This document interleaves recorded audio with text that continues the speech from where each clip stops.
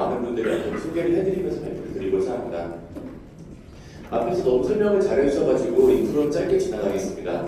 보통 이제 그 인공지능이 발전을 하다가 에이전트가 됐다라고 생각을 하실 수도 있는데 처음에 이제 그 이현희 대표님 말씀처럼 현재 그 모던 데피니션에 따르면은 인공지능 자체가 환경으로부터 정보를 받아서 행동을 수행하는 에이전트에 대한 연구로 되어 있습니다. 이미 95년도에 나온 책에서 이렇게 설명이 되어 있고요. 그리고 그렇기 때문에 현재 지금 좀 자세히 보면은 언어 모델, 우리가 지금 에이전트라고 말하는 것은 언어 모델의 참말 능력에 기대서 더 이제 추가적인 학습을 통해서 기능을 넓히고 그리고 외부에서 활용할 수 있는 도구들을 제공을 함으로써 그리고 사고 능력을 발현시킴으로써 스스로 목표를 설정하고 환경 변화에 적응하게 하는 그런 것을 우리가 에이전틱 AI라고 부릅니다. 연구 쪽에 AI를 적용하는 게 굉장히 많이 나오다 보니까 최근에 상당히 두꺼운 분량의 그 리뷰 페이퍼가 나왔는데 거기 나온 그림을 가지고 와봤습니다. 그 논문의 정리가 잘 돼 있었는데요. 연구에 적용되는 AI를 5개의 분류를 하고 있습니다. 먼저 AI for Scientific Comprehension. 그러니까는 여러분들 아마 많이 하실 텐데 두꺼운 논문이나 보고서 올리고서 이거 주요 내용이 뭐야 물어보는 것들 이런 거 말씀하는 거고요. 그다음 두 번째는 아카데믹 서베이입니다. 요게 이제 아까 말씀하셨던 그 국어라던가 딥 리서치 같은 것들일 건데 내가 알고 싶은 게 있어. 근데 이거를 내가 일일이 조사를 해가지고 데이터를 찾아가지고 정리하기 너무 어려워. 네가 좀 해줘. 네가 보기에 여기 중요한 포인트를 짚어가지고 같이 정리를 해줘라고 하는 게 아카데믹 서베이입니다.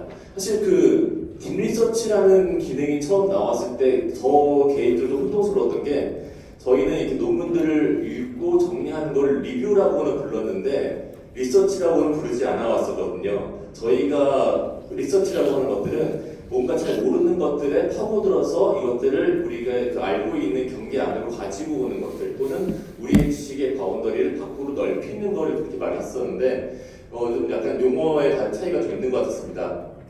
그 다음에 사이언티픽 디스커버리입니다. 요게 제가 말씀드렸던 이제 우리가 연구한다고 할 때 보통 이제 저거를 연구한다고 말을 하는데 기존에 있는 지식을 기반으로 해서 새로운 가설을 세우고 또는 이론 같은 것들을 전개를 해서 아이디어를 만들어가지고 실험 같은 걸 통해서 분석하는 것들 이런 것들을 말을 하죠. 그리고 뭐 결론이 나왔다 그러면 이제 세상에다가 알려야 됩니다. 글을 써야 됩니다. 논문 작성 자동화. 요거는 뭐 너무 유명해서 드릴 없을 것 같아요. 그 다음에 요즘에 약간 이슈도 되고 있는 게 리뷰를 자동으로 하는 겁니다. 최근에 이제 그 어떤 대학이라던가 이런 데서 뭐 그 긍정적인 리뷰만 해 이러고 하얀 글씨를 써서 냈다 걸리기도 했었는데 일본의 와세다 대학은 굉장히 당당하게 반응을 하더라고요. 논문을 아무렇게나 리뷰를 맡겨버리는 사람들이 경종을 올리기 위한 거다 이런 식으로. 근데 아무튼 저 필드 자체는 지금 AI의 발전과 연구가 되고 있는 분야입니다. 그리고 재밌는 게 뭐냐면 이쪽에는 이 논문의 리뷰어를 어떤 사람이 적절할까 매칭하는 것들 그리고 이 훌륭한 연구를 어떻게 알리면 좋을까 이 홍보에 대한 것들까지 포함되어 있습니다. 크게 보면은 지금은 연구지만 뭐 이제 기업의 마케팅이라든가 이쪽까지도 볼 수 있는 부분입니다. 근데 이제 연구의 종류에 따라서 조금씩 다릅니다. 일반적으로 논문을 찾아서 읽고 연구 주제를 찾고 그 다음에 논문을 쓰고 뭐 이런 것들 비슷한데 컴퓨터 사이언스 그리고 컴퓨테이셔널 사이언스, 익스페리먼트 사이언스 좀 달라요. 컴퓨터 사이언스는 이제 좀 전에 말씀하셨던 그들이 두 분 다 연속해서 컴퓨터 사이언스 쪽이시기 때문에 아마 저쪽에 많이 익숙하시고 여기에 통중도도 비슷할 것 같습니다. 저쪽을 연구를 한다면 더 좋은 알고리즘을 찾고 더 좋은 모델을 만들고 더 강한 기능을 만들고 이런 것들일 텐데요. 컴퓨테이셔널 사이언스는 보통 이제 계산과학이라고 말하는데 시뮬레이션이라고 말하기도 합니다. 자연의 이미 현상을 지배 방정식이라고 말을 하죠. 어떤 이론을 요약을 한 다음에 이걸 이용해서 현실에 있을 법한 일들을 시뮬레이션을 해서 계산을 하고 이렇게 하면 어떻게 될까? 더 좋은 게 나올까? 이런 것들을 가상 실험을 통해서 찾아내는 과정입니다. 그러니까는 저쪽은 아직 GPU보다는 고성능 CPU를 기반으로 한 그 하이 퍼포먼스 컴퓨팅이 많이 필요하기도 하고요. 또 실험을 하면 또 다른 얘기가 됩니다. 정말 이렇게 손으로 몸을 움직여가면서 뭐 이렇게 액체를 따르기도 하고 가루를 섞기도 하고 이런 걸 통해서 실험을 하면서 또 분석을 하고 하는데 여기에 가장 큰 문제는 뭐냐면 장비들이 다 따로따로 다 물리적으로 분리되어 있고요. 어떤 시료를 만들기 위한 과정은 내 노트에만 써 있습니다.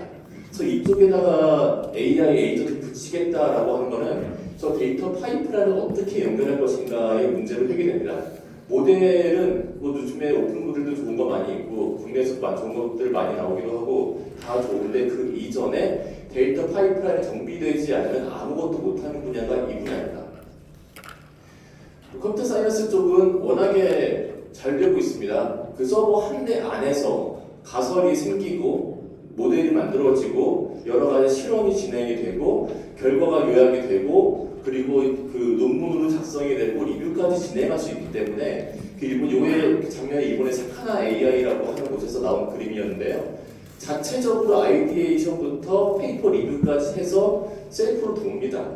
저런 것들이 진행이 되고 있다 보니까 재밌는 대회가 열리고 있습니다. 스탠포드에서 그 오픈 컨퍼런스 오브 AI 에이전트 포 사이언스라고 하는데요. 이게 보시면 다 컴퓨터들이 뭐 실험하고 있는 그림들이 있잖아요. 9월 29일까지 뭐 한다고 이렇게 일정이 나와 있는데 재밌는 게 이겁니다. 여기 보시면은 그냥 AI한테 연구 전체를 다 맡겨보자 라는 겁니다. 아이디에이션부터 실험 진행해가지고 논문도 쓰게 해서 리뷰까지 해가지고 어떻게 되나 보자라고 하는 게 이번 컨퍼런스의 주제입니다. 상당히 재미있는 시도가 될 거고 한편으로는 인간의 존재에 대한 나는 뭐 하는 사람인가에 대한 그런 데도 고민도 같이 할 수 있을 것 같습니다. 관심 있으신 분들은 홈페이지에 가면 좋을 것 같습니다. 그런데 이제 컴퓨테이셔널 사이언스로 가면은 좀 달라집니다. 우리는 실험 시뮬레이션을 할 때 에이전트를 쓴다라고 하면은 사실 이미 존재하는 에이전트들이 있습니다. 대학원에 있는 수많은 대학원생들이 에이전트예요. 교수님들에게. 야, 우리 이런 거 한번 해볼까? 네가 한번 해봐라. 그러면 그 친구는 교수님 시킬 때 어떻게 해야 될까? 하면서 아이디어를 짜내기도 하고요. 밤새서 실험을 하기도 하고요. 결과가 잘 나오면 교수님 나왔으면 되는데 잘 안 나오면은 이렇게 했는데 안 되고 다시 보겠습니다. 라고 합니다. 다시 돌죠. 그런데 이거를 컴퓨터한테 맡기는 작업이 진행이 되고 있습니다. 카이스트의 김지한 교수님이라는 분이 있으신데 그분께서 네이처에 낸 논문입니다. 이게 그 챗 MOF라고 해서 메탈 오가닉 프레임워크라고 하는 게 있는데 그게 이렇게 원자들 사이에 그 공간이 굉장히 많은 좀 다공성 구조물 같은 거예요. 쉽게 말씀드리면은 저기서 촉매 같은 걸로 많이 쓰이는 그런 물질들이고 종류가 굉장히 많습니다. 어떻게 배열하고 있냐, 저 자리에 어떤 원소가 들어가 있냐에 따라서 특성이 각양각색이기 때문에 굉장히 할 일이 많은 분야이기도 한데 어떤 MOF를 만든다고 한다라고 하면은 학생이 빅뱅이를 도는 게 아니라 먼저 몇 가지 모듈이 있습니다. 원래 이런 계산하는 방이라서 저런 구조를 만드는 모듈이 있고요. 어떤 구조에 어떤 원자가 들어가면 특성을 예측하는 모델이 있습니다. 그리고 과거에 쌓여있는 데이터 루커 테이블이 있어요. 계산기도 있고. 그렇다면은 이거를 운영하는 거를 GPT한테 맡기면 된다라고 하는 게 교수님의 아이디어였어요. 그래서 사람이 그냥 타겟을 제공해 주면은 얘가 만들고 돌리고 잘 안 나왔네. 다시 어떻게 해볼까? 아이디어를 해서 다시 만들어 돌리고 하다가 나오면은 나왔습니다 되는 겁니다. 정확히 대학원생을 대체를 할 수 있는 일들이고요. 대학원생이 교수님의 역할을 하면서 에이전트를 돌릴 수가 있습니다. 그리고 이거는 실제 만들어진 건 아니고 이런 과제를 해보려고 합니다라고 발표를 했던 건데 케탈캠이라는 게 있습니다. 이게 뭐냐면 이제 그 화학 그런 뭐 플랜트라고 보통 말을 하죠. 대형 엄청난 건물 크기의 실험 장비들 이런 거 할 때 장비들을 어떻게 배치를 하면은 경제성이 어떻게 될 것이고 라이프 사이클이 어떻게 될 거다 이런 거 TEA, LCA의 평가 같은 게 있습니다. 저런 것들을 원래는 이제 일일이 사람들이 이 모듈들을 배치를 해가면서 이러면 특성은 잘 나올까, 비용은 얼마가 될까 산정을 하고 안 되면 다시 하고 해야 되는데 이거를 에이전트를 시켜서 알아서 네가 한번 해봐라고 하는 겁니다. 상당히 그 단수 반복 작업이 많이 줄어들 뿐더러 저 결과에 대해서 리뷰만 하면 되기 때문에 전문가가 아니면 사용하기 힘들지만 전문가 입장에서 굉장히 좋은 도구가 되겠죠. 저런 제안들이 현재 지금 많이 발생하고 있습니다. 실험과학으로 오면은 또 이제 많이 다른 얘기 됩니다. 이게 1765년도에 한 책에 나왔던 그 당시의 실험실인데요. 18세기 실험실입니다. 근본적으로 지금의 실험실과 별로 다르지 않습니다. 이 사람도 옷차림이라든가 무슨 장비의 수준을 보면 거의 비슷한데 저 끝에 보이는 지하실에서 올라오는 사람이 있습니다. 연료로 쓸 석탄을 바구니 담아가지고 올라오는 일종의 조수 같은 사람이고요. 저쪽에 디스커션하고 있는 토론하는 사람들이 보이고 여기 실험 준비를 하고 있는 분들이 보이고 여기 뭐 시약을 빚고 있는 분들이 있습니다. 지금도 더 깔끔하고 현대적인 기계가 있다 뿐이지 실험실에서 이런 분들이 이렇게 실험을 하고 계십니다. 여기에 이제 에이전트가 들어간다는 거죠. 이런 식으로 들어갑니다. 이게 2020년에 벌써 5년 전이에요. 영국의 리즈 대학에서 만든 그 내놓은 논문과 함께 공개한 영상인데 보시면은 깜깜한 실험실에 저 로봇 한 대가 바쁘게 왔다 갔다 하면서 뭔가를 만들고 있습니다. 제가 하는 게 뭐냐면은 광촉매를 만듭니다. 빛을 받으면 반응을 하는 그런 촉매를 만들기 때문에 깜깜해야 돼요, 실험실이. 사람이 실험하기 되게 어렵습니다, 사실.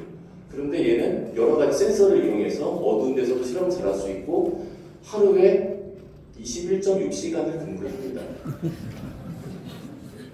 그래서 이게 밤에 찍었는지 언제인지 모르겠어요. 일단 날짜는 2019년에서 나오는데 재밌는 게 뭐냐면은 열심히 일을 하다 보니까 그냥 5일 만에 월드 레코드를 찍었습니다. 엄청난 성실함의 결과죠. 근데 그 성실하기만 한 게 아니라 몇 가지 조합들이 있었대요. 이런 물질들을 얼마큼 넣을까. 근데 이것들을 조합을 바꿔가면서 최적의 조건을 찾아갑니다. 그 중에 보면 성능이 안 좋은 것도 나오지만 굉장히 좋은, 정말 보시면 초록색을 높였다가 내렸다가 다시 얼마 정도 해보기도 하고요. 얘는 몇 개 해보니까 안 되겠다, 접어버리자 하는 것들도 있고요. 사람으로 했으면 시간이 굉장히 많이 걸렸을 건데 사람보다 1000배 정도 빠르게 일을 했다고 하고요. 간단히 설명을 좀 드리면은 그 실험실이 있잖아요. 곳곳에 기기들에서 실험을 하고 자기가 담아가는데 자기 몸체 안에 분석기가 있습니다.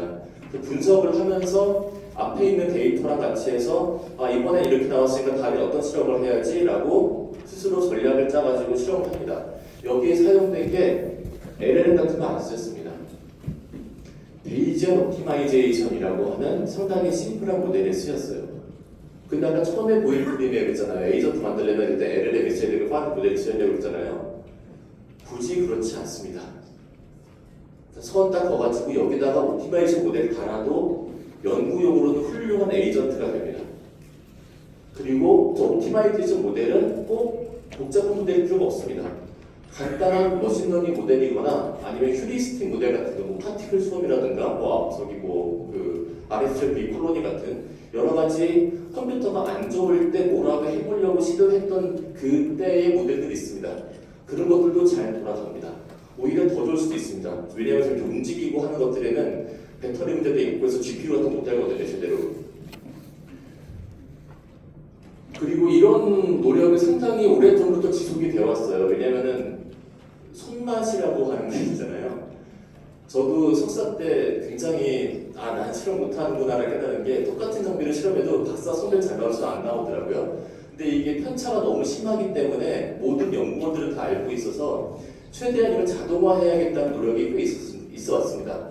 지금 보시는 이 논문은 2010년도에 나왔던 논문인데 보시면은 그 데이터의 퀄리티가 정확도가 수동 대비 40배가 증가했고요. 데이터의 산포가 12% 0.5%로 2.5% 0.2% 줄어듭니다.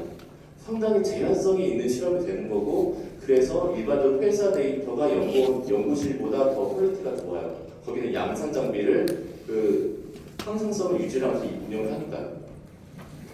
특히 2016년도 정도에 네이처에 이런 게 많이 나왔습니다. 연구실 자동화, 로보케미스트 이런 게 나왔던 이유 중에 하나가 뭐냐면은 논문에 있는 데이터 못 믿겠다는 게 있습니다. 어떤 사람이 내 논문 보고 따로 실험했는데 난 안 나와요. 이렇게 A라는 반응이 발생하던데 나는 B라는 반응이 나와요. 그래서 그 당시에 여러 사람들이 조사를 했더니 화학이랑 물리 쪽은 그나마 나왔는데 바이오로지만 가도 가운데 뚱뚱해지고요.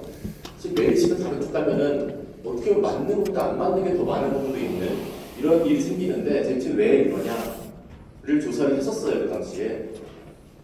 재미있는 게 인간의 탐욕과 두려움 때문입니다. 셀렉티브 퍼블리케이션 리포팅. 그러니까는 한 10개 중에서 9개 망해도 하나 어쩌다 잘 나오면은 잘 나왔다고 논문 씁니다. 물론 진짜 그게 어쩌다가 정말 제대로 잘 나올 수 있겠지만 우연히 뭔가 잘못돼서 결과가 잘 나올 수도 있는데 나올 수도 있고요. 그리고 확률적으로 그만큼 이게 재현되기 어려운 경우도 있고요. 두 번째는 출판에 대한 압박입니다. 박사과정을 겪어보신 사람들이라면은 자기 인생이 걸린 상황에서 내가 지금 이거를 양심의 잠깐들을 감고 싶다 생각을 종종 하게 되거든요. 근데 정말 저 푸시가 강할수록 그 외국인의 확률이 커지겠죠, 일반적으로. 그렇기 때문에 더더욱 실험 자동화에 대한 열망 강했었고 계속 꾸준히 시도가 되고 있었습니다. 그러다가 이제 기왕에 하는 거 자동화만 하는 게 아니라 더 똑똑하게 해보자라고 하는 것들이 나왔었죠. 먼저 이것도 상당히 심플한 케이스예요. 분석 자동화인데 분석기기에다가 AI를 붙이긴 했습니다. 이미지 프로세싱이에요. 정확히 말하면은 이미지를 보고서 이건 뭐구나 판별을 해가지고서 무슨 이렇게 알 수 있는 모델 같은 거 있고요. 이런 모델을 간단하게 고쳐가지고 원래 여기 없으면 사람이 좀 적당히 경험이 쌓인 사람 보고서 이건 뭐다 했겠지만 그 사람 필요 없이 자동으로 돌아가게 만들었던 케이스고요. 2004년도에 좀 기념비적인 논문이 하나 있습니다.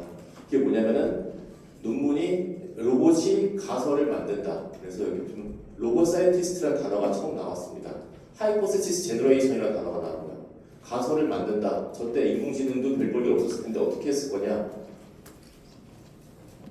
요게 2010년도에 다시 한번 나옵니다. 이 논문이 이렇게 생기는 거였어요. 아담과 이브라는 두 대의 장비가 있습니다.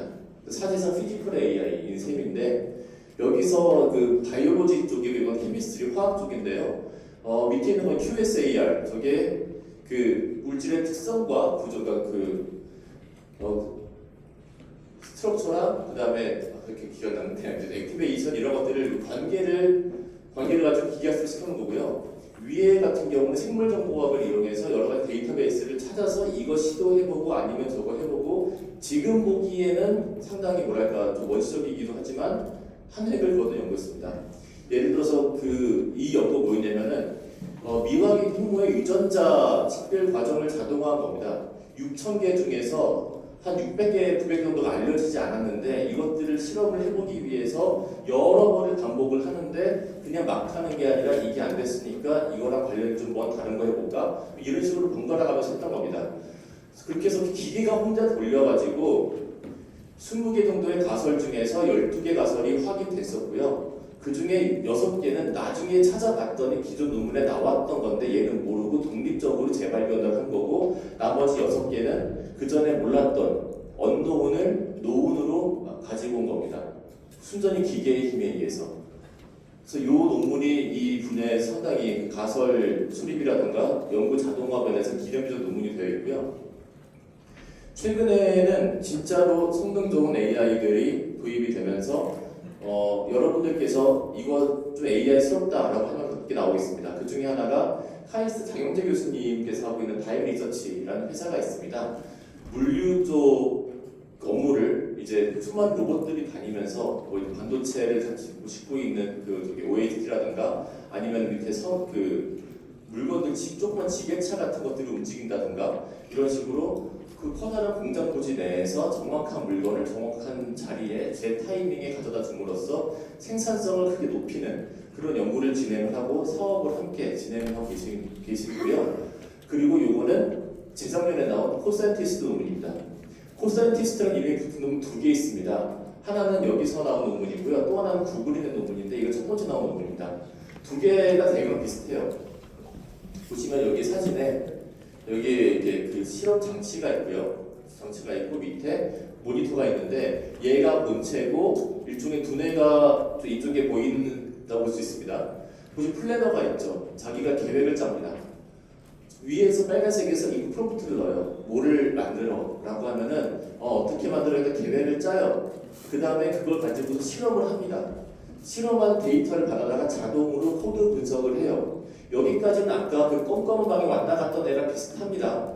근데 그 재밌는 게 뭐냐면은 자기 데이터를 가지고 계획을 짜다가 내가 좀 공부를 해야겠다. 책을 읽습니다. 논문을 읽어요.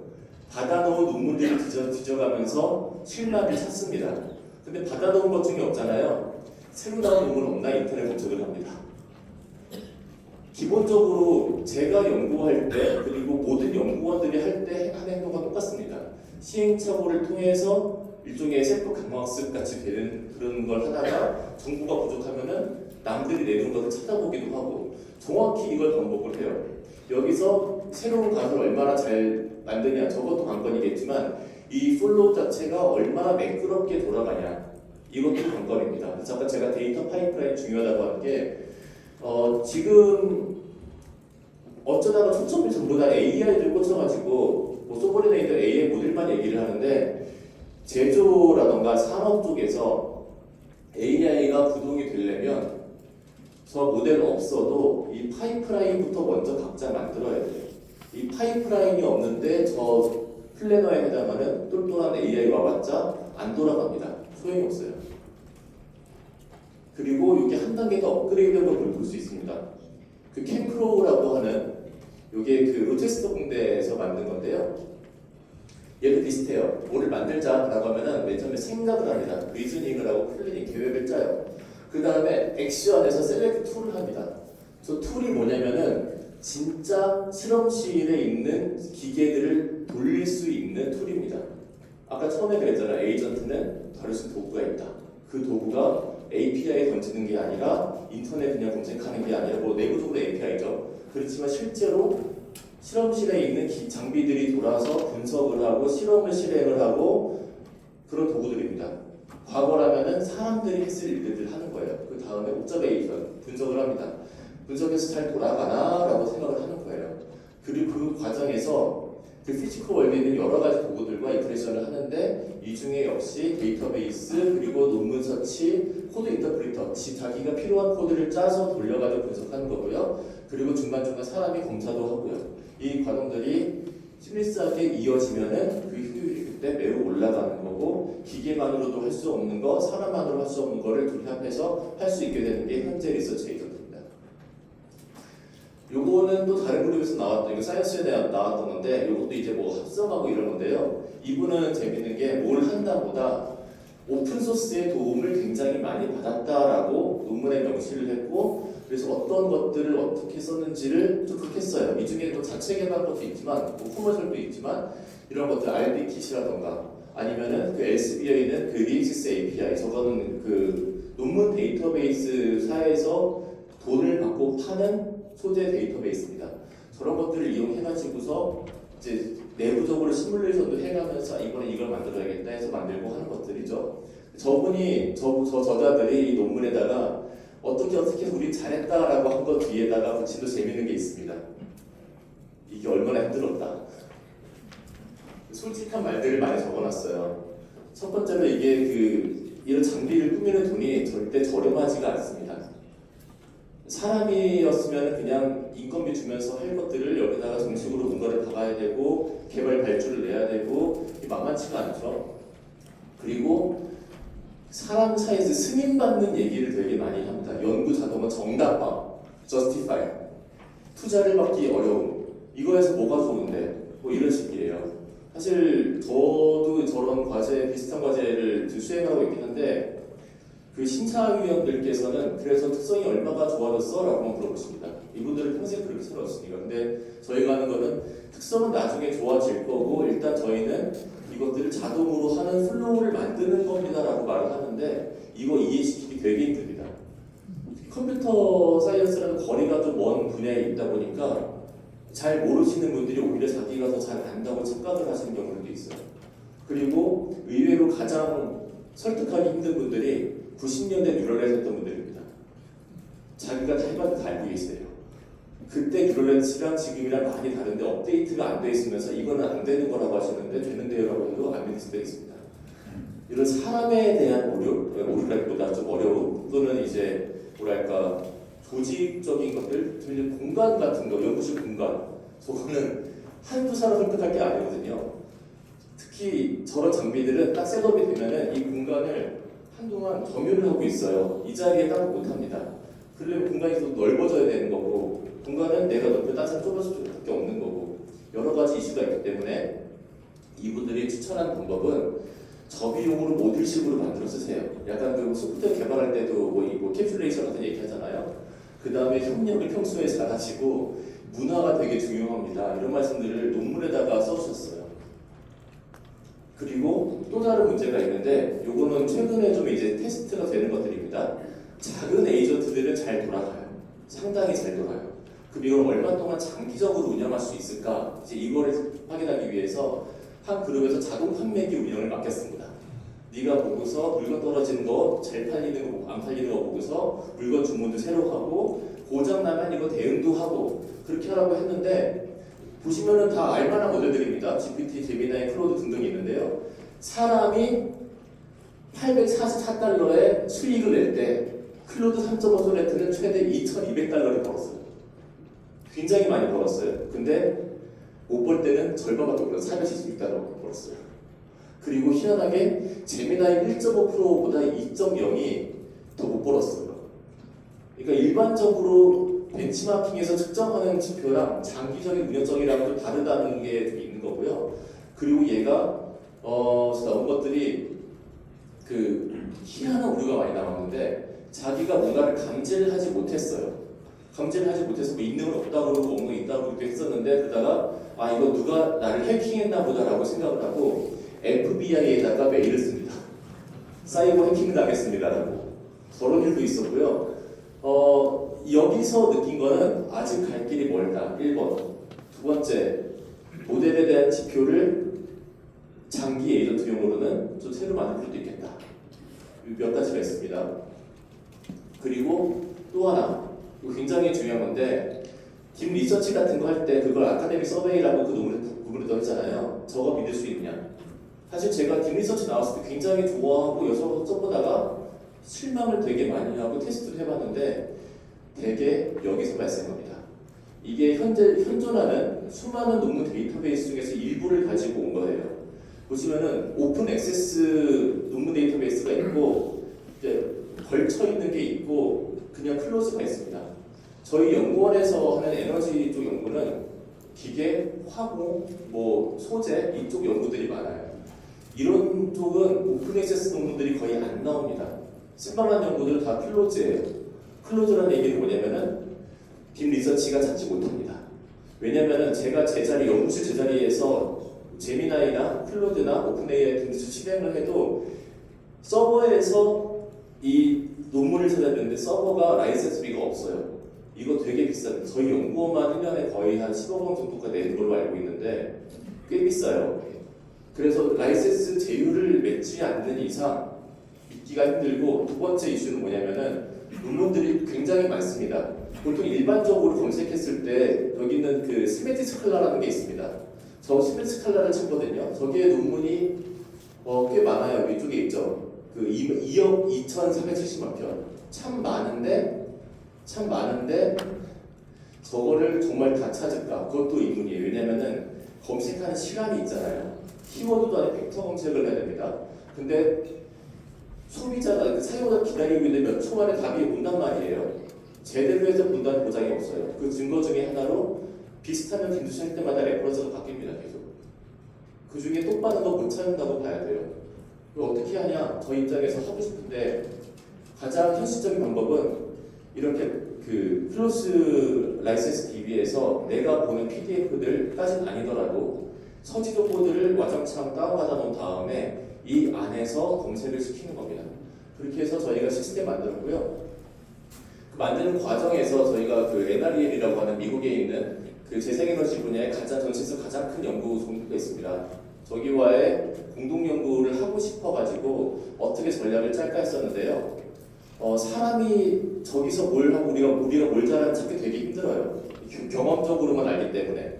근데 제가 10년 동안 양 기관이 낸 논문들 13,000편을 분석을 해가지고 주제 분석을 해봤더니 사실 우리보다 무조건 여기 보시면 사람도 5배가 많고요. 예산도 4배가 많아가지고 웬만하면 다 잘할 줄 알았어요. 그런데 하다 보니까 에너지 시스템이랑 윈드 터바인은 저도 잘하는데 촉매라던가 배터리 쪽 그리고 화학 쪽은 우리가 더 잘하는 면이 있다라고 해가지고 그다음 히 시스템 비슷해요. 그러면은 이걸 우리가 알려줄 테니까 널 이거 알려줘 라는 식으로 서로 일장일단을 알 수 있으니까 전략을 할 수 있지 않을까 라고 했었고요. 이거를 그때 22년 말 23년 초 정도에 담당하시는 저희 그 실장님께서 NR에서 만날 때 가져가셨고 장기간의 논의와 이제 여러 가지 협상이라도 거쳐가지고 올해 1월달에 MOU가 맺어졌습니다. 기관 간에. 그리고 이와 비슷한 시스템이 이제 돈다는 거 알았으니까 작년에 저희 연구원 프라우노퍼랑 MOU 맺을 때도 프라우노퍼 기관 거의 모자라고 이거 분석해서 했었고요. 그리고 이걸로 얻은 결과를 현재 거의 만들어지고 있는데 재밌는 거 하나 보여드리면 이게 2000년에 25년 전이죠. 배터리 분야에서의 국제 공동연구 네트워크입니다. 가장 활발한 데가 프랑스와 미국 그리고 미국과 일본입니다. 이렇게. 그리고 호주가 좀 뭔가 열심히 하는 느낌 나고요. 5년 지나면은 한국이 굵어집니다. 그리고 5년 지나면은 한국이 일본을 압도합니다. 2010년쯤 되면은. 근데 중국이 나오기 시작해요. 그리고 2015년 되면은 중국과 미국이 가장 굵고 나머지 전부 다 작아집니다. 참고로 이게 그 두께를 한 연도에서 노멀라이즈 했기 때문에 딴 데가 작아진다고 딴 데 약해진다기보다 이 큰 데가 가장 커진다고 합니다. 미 중간의 국제 공동이 가장 강하고요. 이게 2020년이고요. 저것만 강한 게 아니라 중국과 다른 나라 다 커집니다. 그리고 이게 작년입니다. 중국이 전 세계 배터리 연구의 중심이 되어 있습니다. 이때 이 시점에서 전 세계에서 가장 연구 잘하는 기관 100개 뽑아볼까 하면은 이렇게 나옵니다. 빨간색이 다 중국이에요. 그러면은 이게 뭐 잘못 나온 거 아니냐? 옛날에는 안 했을 것 같은데 2010년 거 보면은 이렇게 돼 있습니다. 미국 기관들이 아주 많이 있습니다. 2010년 정도부터 미국과 중국의 그 크로스가 발전하기 시작합니다. 최근에서야 많이 뭐 언론에 많이 나오겠지만 벌써 15년 정도 이미 지나버린 상황이 됩니다.